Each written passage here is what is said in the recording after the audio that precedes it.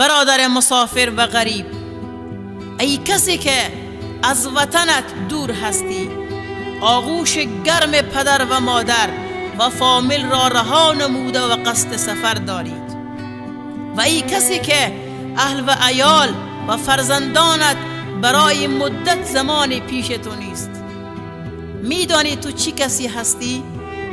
تو بنده از بندگان الله جل جلاله هستی.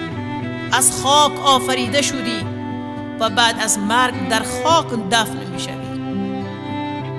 تو کسی هستی که در روی زمین خدا زندگی می کنی و رزق و روزی خدا را می خوری و الله جل جلاله تو را برای عبادت خودش آفریده است.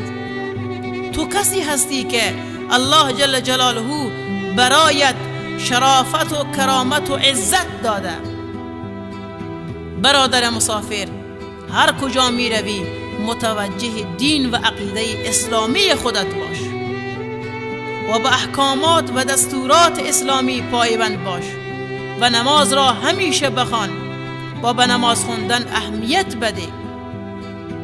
مسلمانانی که نماز نخوانند هیچ بهره و نصیبی از اسلام ندارند، لذا به خواندن نماز اهمیت زیادی بده و چشمان خود را از زنان حفاظت کن و کارهای خود را با صداقت انجام بده و این را بدان که رسول الله صلی الله علیه و سلم فرموده است دعای مسافر حتما قبول می شود.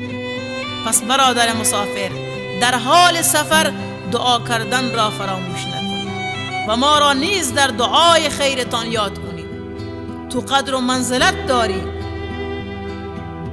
تو سختی ها و مشکلات را تحمل میکنی، در کشوری هستی غریبه و بیگانه و پولی که از آبله کف دست به دست می آوری متوجه باش که چگونه مصرف میکنی و از ویل خرچی و تفریحات بیجا خودداری کن و در مجتمعی که فسق و فجور انجام داده می شود اصلا و ابدا نروی و انشاءالله تعالی موفق و سربلند به پیش خانواده‌ات برگردی و آبرو و حیثیت خود را حفظ کن.